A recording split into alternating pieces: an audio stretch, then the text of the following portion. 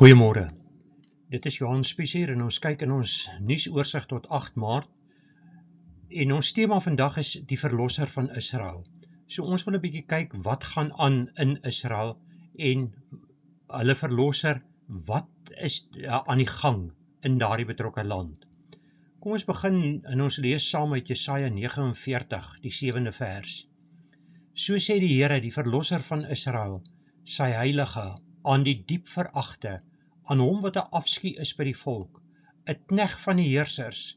Koning sal dit sien en opstaan, vorste en hulle sal neerbuig ter wille van die Here wat getrou is, van die heilige van Israel wat hy uitverkies het. Bybel stel dit duidelik vir ons dat God is die verlosser van Israel. En Israel het dit nog nie aanvaar nie. Hulle aanvaar nie Jesus Christus. Hulle aanvaar nie dat hy God is nie. En ons weet dat hy die weg, die waarheid en die lewe is. En as jy hom nie aanvaar nie, dan volg jy nie die weg van verlossing nie. Kom ons kyk na die dinge wat besig is om te gebeur. Die Israeli staat het wet uitgereik dat hulle nou 400.000 reserve soldate kan oproep. Ek wil dit net vir u duidelik stel, dit beteken nie hulle roep 400.000 nou dadelik op nie, maar hulle het die reg om tot 400.000 op te roep. Tans kan hulle tot 320.000 oproep. Maar net sekeres van hulle is opgeroep. Maar dit beteken hulle brei die hoeveelheid mense wat opgeroep kan word uit, sodat daar 'n aanslag kan plaasvind. En dadelik bring dit vir 'n mens die idee dat dit gaan oor 'n aanval. Wat hiermee saamval is dat daar 'n nuwe leier vir die weermag aangewys is. Hierdie Eyal Zamir is nou die nuwe leier wat oorgeneem het, wat meer goedgesind is teenoor Netanyahu. As ons kloksgewys omgaan regsonder, sien ons dat gevegte in Gaza binne enkele dae kan begin, indien meer van die mense wat ontvoer is nie vrygelaat word nie. Linksonder kry ons dan die lelike prentjie van hoe lyk dinge in Gaza. U kan sien, dit is 'n rommelhoop lyk beter georganiseerd as wat dinge tans daar is. En dit bring ons by die Arabiese lande wat bymekaar gekom het en beweer dat hulle $53 biljoen gaan gebruik om Gaza te herstel. Dit is onmoontlik om met daardie bedrag te doen, veral binne 'n periode van 5 jaar.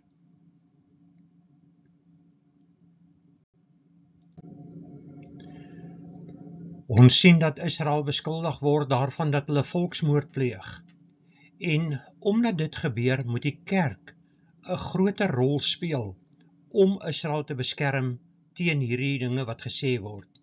Maar in die reeks wat ons Dinsdae het, waar ons praat oor die waarheid en hoe die waarheid verdraai word, sien ons dat die kerk is een van die vyande van Israel, omdat soveel denominasies vervangingsteologie aanhang as die waarheid, wat heeltemal 'n verdraaiing is. Die Bybel sê vir ons moet vir die vrede van Jerusalem bid, en dit is elkeen van ons se taak.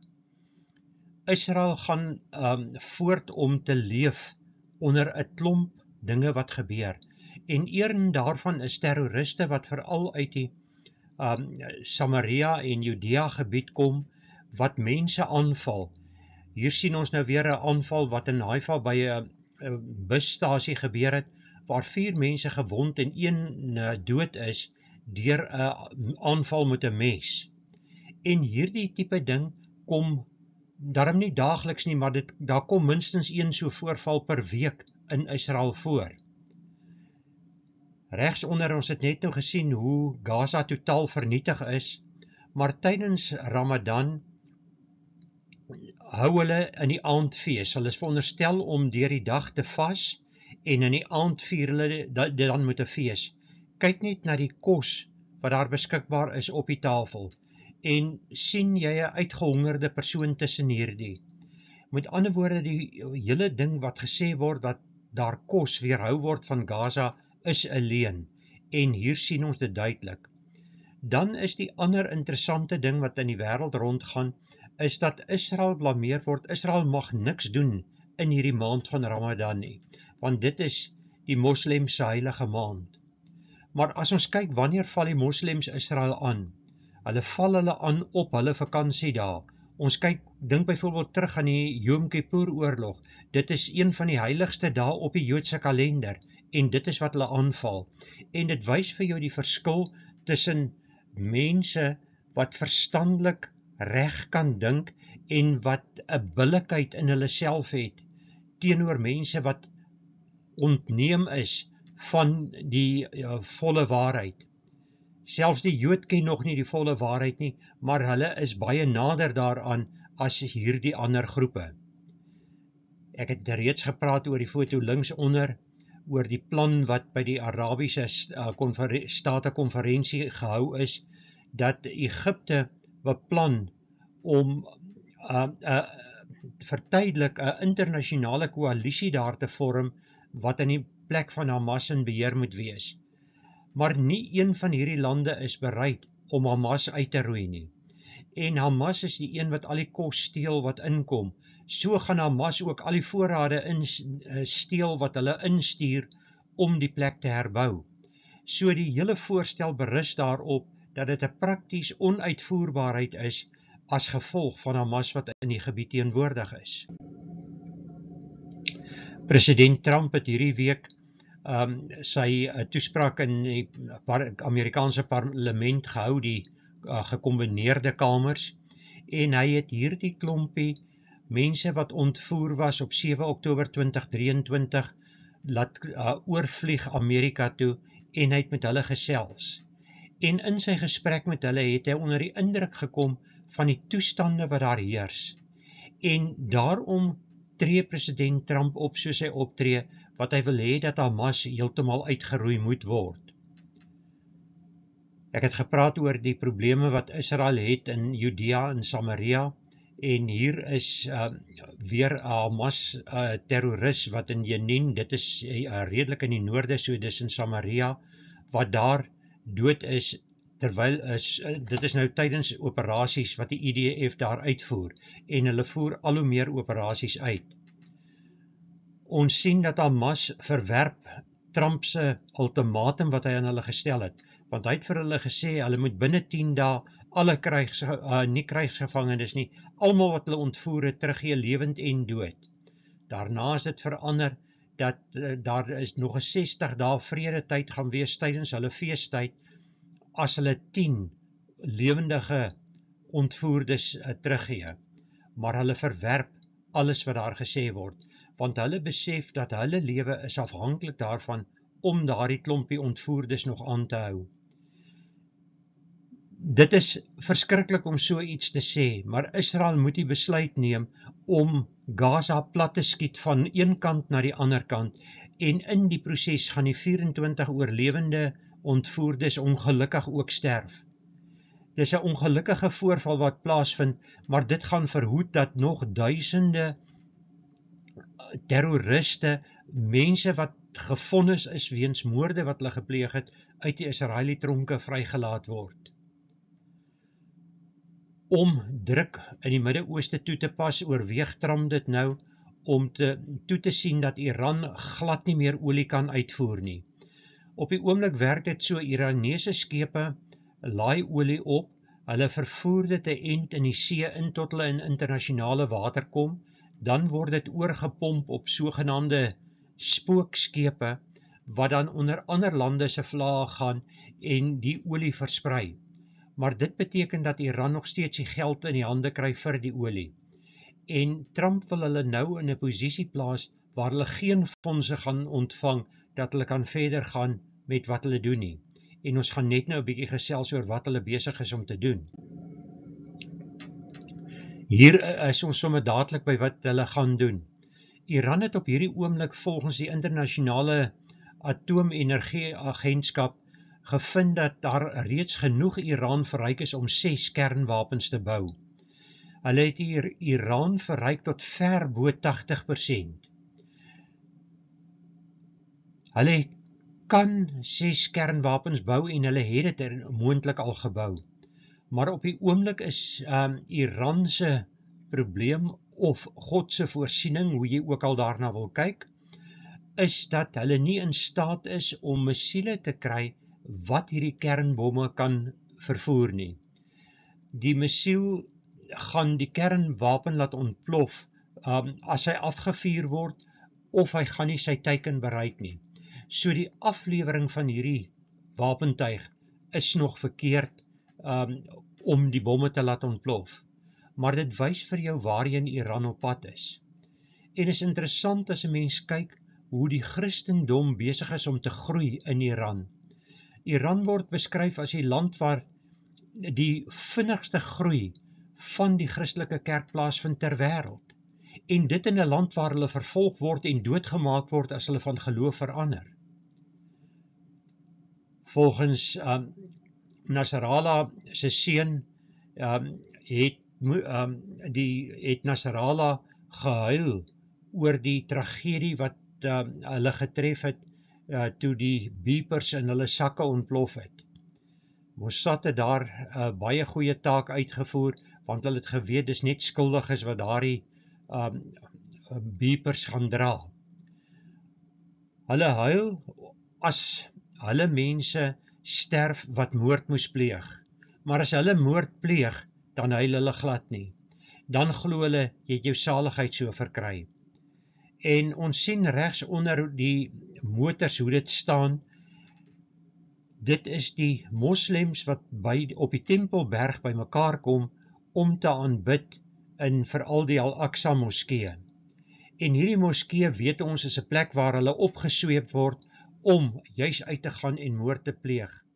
Daar word gevind dat daar ongeveer 90.000 moslems verlede Vrydag hulle gebede daar gaan bid het. So hulle mag daar kom en die Jode en Christene word nie op hierdie tydstip toegelaat om op die Tempelberg te kom nie, terwyl dit eintlik glad nie vir Islam 'n heilige plek is nie. Dit is woorde wat hulle later ingeskryf het en ingestel het, dit kom nie in hulle Koran voor nie, nêrens word Jerusalem daar genoem nie. Maar nou maak hulle asof dit 'n heilige plek is, omdat hulle moskee staan, waar dit wat jy links onder sien, dis 'n kunstenaarsvoorstelling van hoe Herodes se tempel, die tempel eintlik wat Zerubabel gebou het, maar wat toe deur Herodes vergroot en versier is, hoe daardie tempel gelyk het. Dit is wat die Jode wil hê, en dit is van die planne wat hulle ook gebruik om hulle derde tempel te bou. En interessant, die derde tempel is iets waarvoor u asseblief nie moet geld skenk nie. Dit klink baie goed dat die Jode weer 'n tempel moet kry. Maar die derde tempel is nie God se tempel nie. Dit is die tempel wat deur die Antichrist in die eindtyd gebruik gaan word, waar hy die offerhandes weer gaan instel, dat diere daar geoffer word, dat daar brand- en bloedoffers gaan wees, en dan na 3,5 jaar gaan hy homself as God verklaar, en dan gaan hy hierdie offerhandes, gaan hy dan afskaf. Maar dit is iets vir die toekoms, so die derde tempel is 'n slegte plek. Dit is nie God se tempel nie, dis die Antichrist se tempel. Die vierde tempel waarvan ons lees in Esegiel 40 tot, ek dink 44, is daardie vierde tempel gaan weer God se tempel wees. En dit gaan in die 1000-jarige vrederyk daar wees.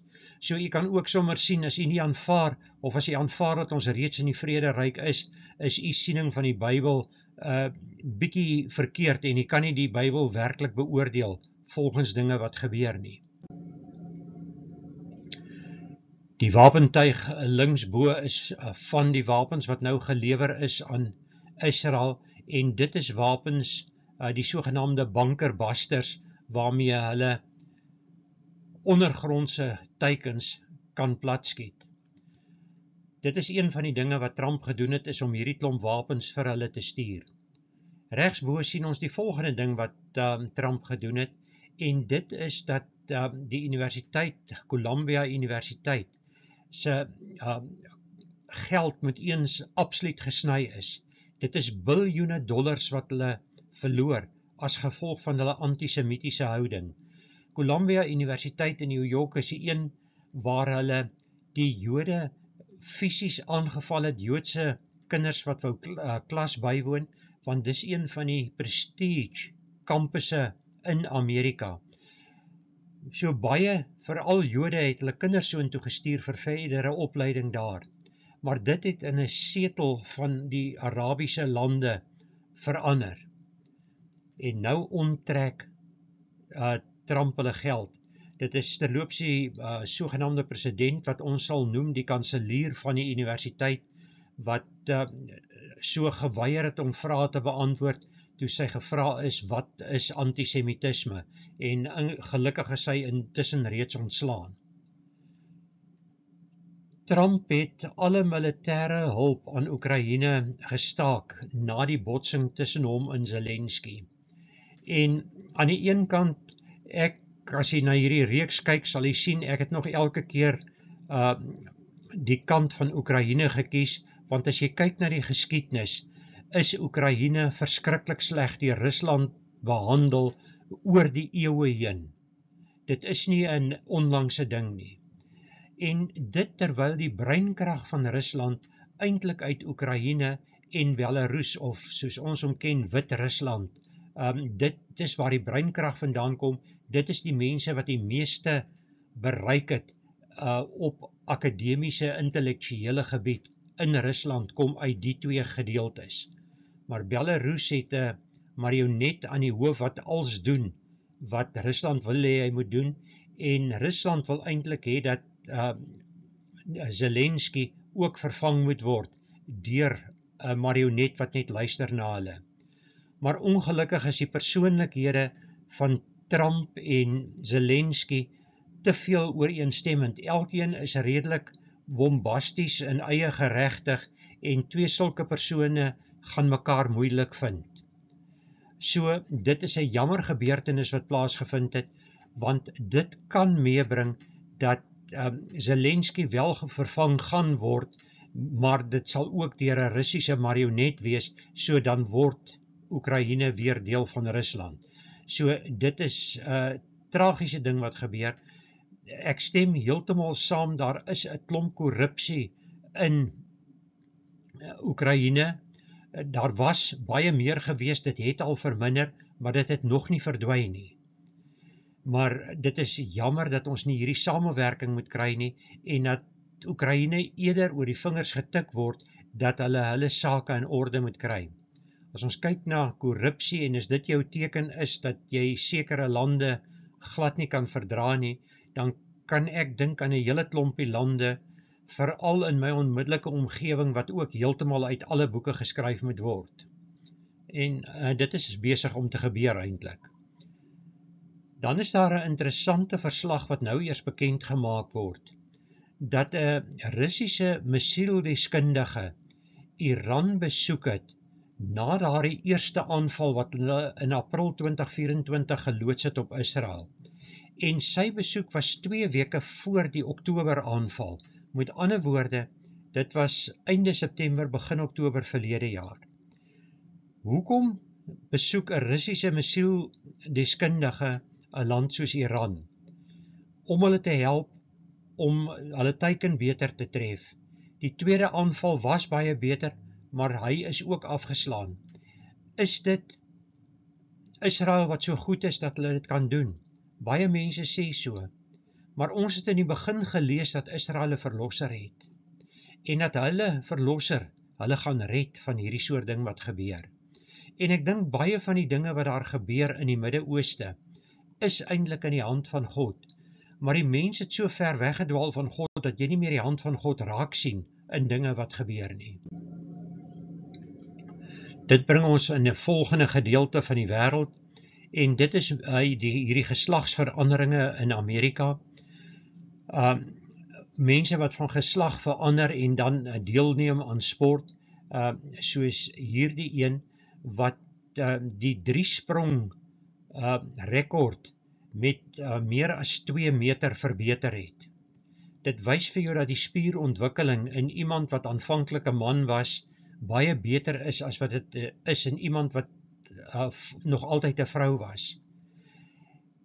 Trump het gesê hierdie dinge mag nie meer gebeur nie, maar jy kry sekere state wat dit toelaat. Op die oomblik is die sabotasie wat in Amerika plaasvind op 'n ongelooflike hoë tempo. En hulle probeer, als wat Trump bereik, probeer hulle deur wetgewing verander, dat dinge wel toegelaat moet word. So, wat ons oor die nuus hoor, en omdat Trump die regse media gebruik, hoor ons meer dit wat hy gesê het wat moet gebeur. Maar dit wat op die grond in Amerika gebeur, is nog nie 'n regstelling van alles nie. Trump het tydens sy toespraak waaroor ek al vroeër gepraat het, die groot leuen ontbloot en hy het gesê, jy is perfek soos God jou gemaak het. En dit is iets wat ons moet besef. God het gesê daar's 2 geslagte, man en vrou. Die presentasie mense, jy kry interseks, dit moet 'n mens erken, maar die presentasie daarvan is so laag dat dit onbeduidend is, jy hoef nie ekstra voorsiening te maak nie. En nou moet jy nie op Google gaan soek nie, want Google en al hierdie soek engines is mislei, en hulle tel dinge by interseks wat glad nie interseks is nie. Hulle gebruik enige geslagtelike abnormaliteit asof dit interseks is, en dit is nie die geval nie. Slegs 'n hermafrodiet is interseks, niemand anders nie. So, daar word voorsiening gemaak vir honderde verskillende geslagte, terwyl God gesê daar is 2 en biologie vertel vir jou daar is 2. So wat ons sien, is dit wat ons kan lees in 2 Tessalonisense 3 vers 3. Maar die Here is getrou, hy sal julle versterk en bewaar van die bose. En dit is dan in hierdie oggend ons gebed, dat God ons moet bewaar van die bose, van hierdie gees van sogenaamde liefde wat heers in die wêreld. Maar die liefde wat heers in die wêreld is die eros liefde. Dit is nie die agape liefde, dit is nie die goddelike liefde nie. En ons moet bid dat die goddelike liefde in ons kan wees, dat ons mense wat verkeerd handel, soos met hierdie geslagsveranderinge, dat ons hulle tereg kan wys op die fout wat daar begaan word. Maar die wêreld oordeel met die eros liefde, daardie mens is nou gelukkig, daarom is dit reg. Dit gaan nie oor dit wat God sê wat reg is nie. En as daardie mens dan beter voel na hierdie verandering, hoekom is dit die groep wat die hoogste selfmoordsyfer ter wêreld het? Dit is mos 'n teken dat hulle nie gelukkig is nie. Jy is wat God jou gemaak het, en jy moet aan God gehoorsaam wees en saamleef met hoe hy jou gemaak het. Dit help nie om daaroor te murmureer nie. Hemelvader, ons het vanoggend weer na nuusgebeure gekyk, en Here, ons skrik elke keer as ons na die nuus kyk, en ons sien hoe dat dit wat U in die woord beskryf het, hoe dit waar word in hierdie tyd waarin ons lewe. Here, daarom is ons gebed vanoggend, bewaar ons van die bose. Ons kan nie stand bied teen dit wat als gebeur nie. Here, open ons oë dat ons die waarheid sal raak sien, en dat ons U waarheid sal verkondig, waar ons ook al gaan. Ek vra hierdie dinge in die naam van ons Verlosser Jesus Christus. Amen.